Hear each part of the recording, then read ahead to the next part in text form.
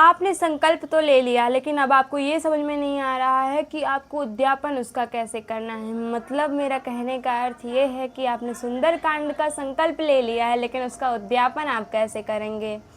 तो उसकी पूरी विधि नियम के साथ और अपने शास्त्रों के साथ आज मैं आपके साथ शेयर करने वाली हूँ। तो आप जानेंगे इस वीडियो में कि इसकी विधि क्या है, इसके नियम क्या है, उसमें क्या क्या करना चाहिए उद्यापन में और क्या क्या नहीं करना चाहिए। तो इस पूरी वीडियो को ज़रूर देखिएगा। तो चलिए मैं आपको बताती हूँ कि उद्यापन करने में कौन कौन सी चीज़ें ध्यान में रखनी चाहिए, और आपको उद्यापन की प्रक्रिया बताऊँगी और उसके नियम बताऊँगी कि उसे कैसे कैसे करना है। तो चलिए बताती हूँ आपको।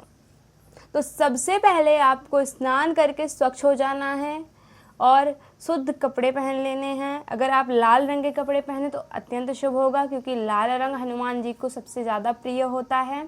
अब उसके बाद आपको क्या करना है कि एक चौकी बिछाएंगे। आप चौकी के ऊपर लाल रंग का कपड़ा बिछाएंगे। लाल रंग का कपड़ा बिछाने के बाद उसके ऊपर आप एक श्री राम जी की प्रतिमा रखेंगे, और उस अगर श्री राम जी की आप प्रतिमा रख ही रहे हैं तो जो राम दरबार की प्रतिमा है आप उससे रख लीजिएगा, क्योंकि राम दरबार की प्रतिमा में राम जी के पूरा परिवार आ जाता है। इस वजह से आप राम दरबार की प्रतिमा रख लीजिएगा। अब आपको एक हनुमान जी की प्रतिमा रख लेनी है। और हाँ, अगर आपके पास राम दरबार की प्रतिमा ना हो तो एक और प्रतिमा आती है जिसमें कि हनुमान जी होते हैं, और हनुमान जी सीना फाड़ करके दिखा रहे होते हैं कि यहाँ है मेरे राम, मतलब वो अपने दिखा रहे होते हैं कि मेरे हृदय में राम जी हैं और सीता माता हैं। तो आप वो प्रतिमा भी वहाँ पर रख सकते हैं। अब उसके पश्चात आप क्या करेंगे, आपका जो सुंदरकांड का जो पाठ है, जिससे आप जिस किताब से आप उसका पाठ कर रहे हैं, आप उसको वहाँ पे रखेंगे। उसके पश्चात आप जल रखेंगे। जल में अक्षत और लाल रंग का पुष्प डालेंगे। आपको जो भी भोग लगाना है वो आप रख दीजिए, जैसे कि चना गुड़, फल इत्यादि, लड्डू जो कि बेसन का हो, और अगर मोतीचूर का हो तो अत्यंत शुभ होगा, क्योंकि जो बेसन के लड्डू हैं या फिर जो मोतीचूर का लड्डू है वो हनुमान जी को अत्यंत प्रिय होता है। लेकिन आप अपने सामर्थ्य के अनुसार कोई भी भोग चढ़ा सकते हैं। अब आपको क्या करना है कि लाल रंग के पुष्प एक थाली में रख लेंगे बगल में, क्योंकि आप बीच बीच में उसका यूज़ करते रहेंगे, इस वजह से आप उसको रख लेंगे। अब उसके पश्चात अगर आपने 11 दिन, 21 दिन, 51 दिन या तो 108 दिन का सुंदरकांड का संकल्प उठाया है, या फिर इतनी बार आपने सुंदरकांड किया है, तो उसके नियम अलग होते हैं। और अगर सिंपली कर रहे हैं आप तो उसके नियम अलग होते हैं। लेकिन अगर आप उसके नियम मतलब जो 11, 1, 21 और 41, 51, 108 दिन का जो भी आपने संकल्प उठाया है कि इतनी बार करूँगा या फिर इतने दिनों तक करूँगा, वो वाला संकल्प आप नॉर्मल डेज़ वाला भी उसमें कर सकते हैं। उसमें कोई दिक्कत नहीं है, कोई परेशानी नहीं है। तो चलिए मैं आपको बताती हूँ कि वो कैसे होता है। तो बेसिकली स्नान करने के बाद आपने वो सारी चीज़ें रखनी हैं अपने पास। अब इसके बाद आप क्या करेंगे कि जो आपका सुंदरकांड जो किताब होगी आप उसको अपने समक्ष रखेंगे। उसके पश्चात आप एक बार श्री राम जी की आरती करेंगे, और उसके पश्चात आप उनके परिवार की आरती करेंगे। अब आप हनुमान जी की आरती करेंगे। उसके पश्चात आप गणेश जी का स्मरण करेंगे, क्योंकि कहा जाता है कि गणेश जी प्रथम पूजनीय हैं, मतलब उनका पूजन करेंगे अगर आप, तो आपका जो भी कार्य होगा वो अच्छे से समाप्त हो जाएगा। उसमें कोई दिक्कत, कोई विघ्न, कोई परेशानी नहीं आएगी। इस वजह से आप गणेश जी का पूजन कर लीजिएगा और उनका स्मरण कर लीजिएगा अपने मन में।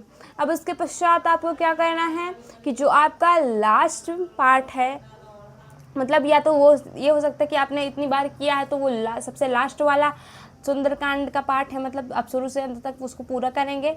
या फिर तो ये भी हो सकता है कि आप एक ही सुंदरकांड का पार्ट किए हैं, लेकिन उसका जो लास्ट स्टैंजा है, मतलब जो लास्ट पैराग्राफ है, अगर आप उसको पढ़ रहे हैं तो आप उससे पढ़िएगा।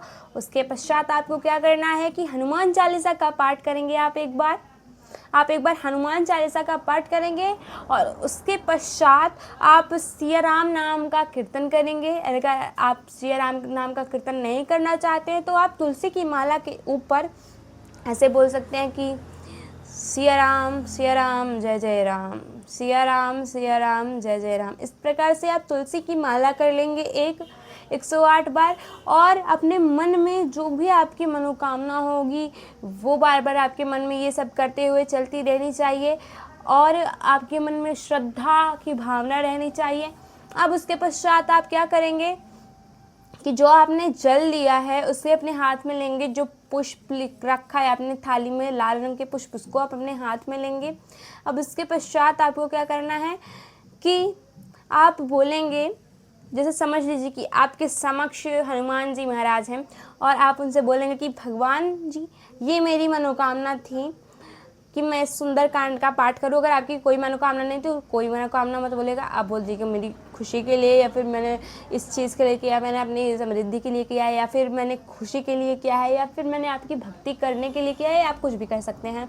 लेकिन अगर आपकी कोई मनोकामना थी तो आप बोल दीजिएगा मेरी मनोकामना ये थी भगवान जी, लेकिन अभी मुझे बहुत संतुष्टि मिली है आपके इस सुंदरकांड का पाठ करने से भगवान जी, और धन्यवाद मुझे ये खुशी देने के लिए। उसके पश्चात आप जो जल लिए हैं वो उनको अर्पित कर देंगे।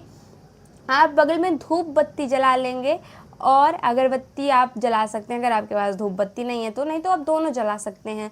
और ध्यान में रखिएगा कि इतने पूरे ये सब चीज़ करने से पहले आप ज्योति जलाए रहें, जो कि अखंड ज्योति हो, इस पाठ के ख़त्म होने तक वो ज्योति बुझ ना जाए, इसका आप ध्यान रखेंगे। अब इसके पश्चात आप क्या करेंगे, मतलब जो मैंने आपको बताया कि धूप बत्ती जलानी है और अगरबत्ती जलानी है, उसे भी आप सबसे पहले ही जला लेंगे जब आप वो स्मरण, मतलब जब आप वो रख रहे हो राम दरबार की प्रतिमा और हनुमान जी की प्रतिमा, तभी आप वहाँ पर धूप बत्ती जला देंगे और आप जो ज्योति है वो भी जला देंगे आप उसी समय पर।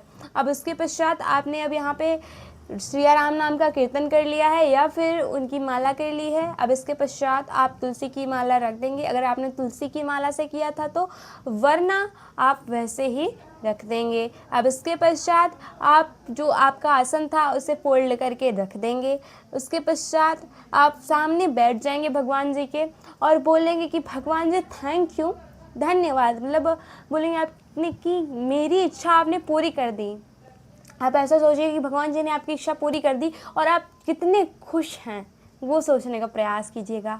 और मेरा मानना ये है कि आपका जितने दिनों का भी सुंदर कांड है, उतने दिनों के अंदर जो भी आपकी इच्छा रही होगी वो पूर्ण हो जाएगी। नहीं तो अगर आपकी बहुत बड़ी इच्छा है तो कुछ समय उसका समय लगेगा, लेकिन वो ज़रूर से ज़रूर पूरी होगी, यह मैं आपको full out of full guarantee देती हूँ। उसके पश्चात आपको क्या करना है कि जो प्रसाद है, आपने जो प्रसाद चढ़ाया है, जो भोग लगाया है आपने हनुमान जी महाराज को, उसको आप सबसे पहले अपने परिवारजन में दे देंगे, मतलब बांट देंगे, वितरित कर देंगे प्रसाद को। उसके पश्चात आप खुद ग्रहण करेंगे और जो आपने कलश में जल रखा था उसको चढ़ा देंगे किसी हनुमान जी की, अगर आपके घर के आसपास कहीं मंदिर हो तो, और अगर घर के आसपास कहीं मंदिर नहीं है हनुमान जी की तो आप तुलसी की क्यारी में भी वो जल चढ़ा सकते हैं। अब इसके पश्चात आप क्या करेंगे कि जो मतलब अगर आपके पास अगल बगल आसपास कहीं पर अगर मूर्ति है हनुमान जी की, मतलब मंदिर है अगर हनुमान जी की, तो वहाँ पर पुजारी जी होंगे, नहीं तो कोई गरीब वगैरह कोई मिल ही जाएगा, तो आप उसको दान कर दीजिएगा। जो भी आपके पास सामर्थ्य है उस हिसाब से आप उनको कुछ ना कुछ दान दे दीजिएगा। और अगर आपके आसपास कहीं पे नहीं है मंदिर, नहीं है मूर्ति, तो आप क्या करेंगे, आप किसी भी गरीब को, जो आपको लगे कि मेरे गांव में ये सबसे ज़्यादा गरीब है, तो आप उसको ले जा करके दे दीजिएगा, कुछ दान पुण्य कर दीजिएगा। नहीं तो आप ब्राह्मण को भी दान पुण्य कर सकते हैं, इसमें कोई हर्ज नहीं है। अगर आपके आसपास कोई पंडित हो उसको आप दान कर दीजिए, उसमें कोई परेशानी की बात नहीं है। आप ऐसे इस प्रकार से अपना उद्यापन कर सकते हैं। और अगर आपको ये वीडियो अच्छी लगी हो या फिर इससे आपको कोई बेनिफिट मिले तो आप मेरे साथ ज़रूर शेयर कीजिएगा। मैं आपके जो कमेंट्स हैं उसको ज़रूर से ज़रूर इस यूट्यूब फैमिली के साथ शेयर करूँगी। तो धन्यवाद दोस्तों, जय श्री राम, जय हनुमान। मिलते हैं आपसे अगली वीडियो में, तब तक के लिए धन्यवाद।